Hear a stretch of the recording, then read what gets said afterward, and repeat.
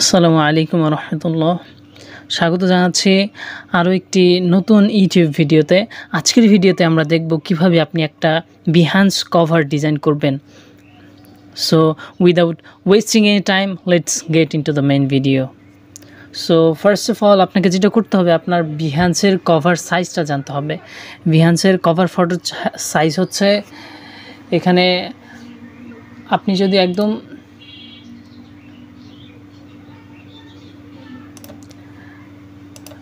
গুগলে গিয়ে সার্চ করেন যে Behance cover size, Behance cover size, cover image size লিখে সার্চ করলে দেখবেন যে এখানে অনেকগুলো রেশিও দেখাবে তারা, 202/158 অথবা যে 108/632 পিক্সেল।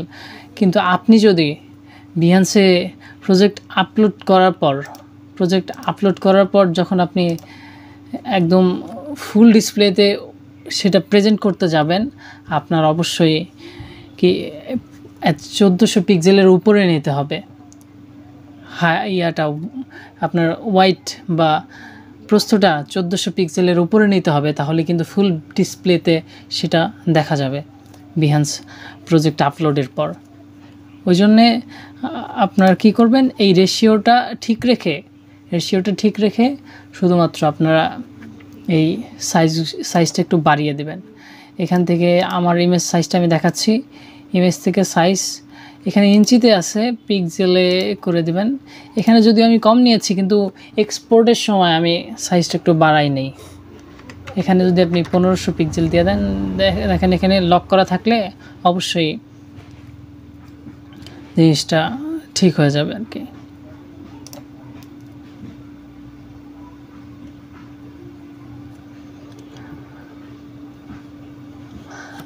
আচ্ছা, এরপরে আমাদের যেটা জানতে হবে যে বিহান্স কভারটা আমরা এইভাবে এত সুন্দর করে কীভাবে ডিজাইন করব। আচ্ছা, বিহান্স কভার ডিজাইনের আগেও যেটা গুরুত্বপূর্ণ, আপনার বিহান্স প্রজেক্টে আপনি যে সকল ডিজাইন আপলোড করবেন, সেই ডিজাইনগুলো যাতে প্রফেশনাল লুক দেয়, একদম প্রফেশনাল লাগে। আমি কি করেছি, আমার ডিজাইন সবকটাকে এখানে এনে এখানে গ্রুপ করে নিয়েছি আগে। এখানে একটা গ্রুপের মতো আছে, এখানে একটা আছে। এগুলোকে কি আমি এক জায়গায় এনে অ্যালাইনমেন্ট ঠিক করে দেন আমি একটু রোটেট করে দিয়েছি, হালকা এক সাইডে একটু বাঁকা দেখবেন। আর এটাকে আমি ডুপ্লিকেট করে এখান থেকে এখানেও নিয়েছি, সেম। আপনি একটা কাজ করতে পারেন, একটু আড়াআড়িভাবে ডিজাইনগুলো রাখতে পারেন। আমি সোজাসুজি রেখেছি, কিন্তু আপনি আড়াআড়িভাবেও রাখতে পারেন ব্যাপারটা। আচ্ছা, এরপরে ব্যাকগ্রাউন্ডে সেম ডিজাইনগুলো আমি ব্যাকগ্রাউন্ডেও ওভারল্যাপ করে রেখেছি, এবং উপরে একটা সলিড কালার এখান থেকে উপরে সলিড কালারটা নিয়ে দেন আমি এখানে সলিড কালার কি সফট লাইটে দিয়ে দিয়েছি। আর এখানে এরপরে কি করেছি, উপরের দিকে একটা লেখা লিখেছি, যার কারণে এই লেখাটার কারণেই কিন্তু এই কভার ইমেজটা অনেক সুন্দর দেখাচ্ছে। সো এর জন্য আপনারা যেটা করবেন, আমি এখানে কি করেছি, এখানে আমি ফেসবুক কভার ফটো, যেহেতু ফেসবুক লেখাটা লিখেছি, পাশাপাশি ফেসবুকের একটা আইকন এনে সাইটে বসাইছি আমি আর কি। আর নিচের লেখাটা পুরোটার মধ্যে যে ডিজাইন লেখাটার নিচে একটা আমি শেপ নিয়েছি। আর এখানে কভার ফটোতে একটা গ্রেডিয়েন্ট অ্যাপ্লাই করেছি, আর এখানে বেভেল এমবস অ্যাপ্লাই করবেন আপনারা অবশ্যই, নাহলে কিন্তু এরকম সুন্দর দেখাবে না। বেভেল এমবস, আর এগুলোকে একটু কাস্টমাইজ করে নেবেন আপনি আপনার মতো করে। এখানে যে আমি যদি ডাবল ক্লিক করি, এখানে দেখবেন যে বেভেল এমবস আছে, এটাকে আমি একটু কাস্টমাইজ করে নিয়েছি আমার নিজের মতো করে। আর এই ডিজাইন যে কথাটা হাইলাইট করার জন্য এটার নিচে আমি একটা শেপ নিয়েছি। আর আরেকটা কাজ করেছি আমি, একদম উপরের দিকে দেখবেন যে একটা গ্লো একটা কিছু একটা আছে, এই যে এইদিকে আর এইদিকে ব্লার করে দেওয়া।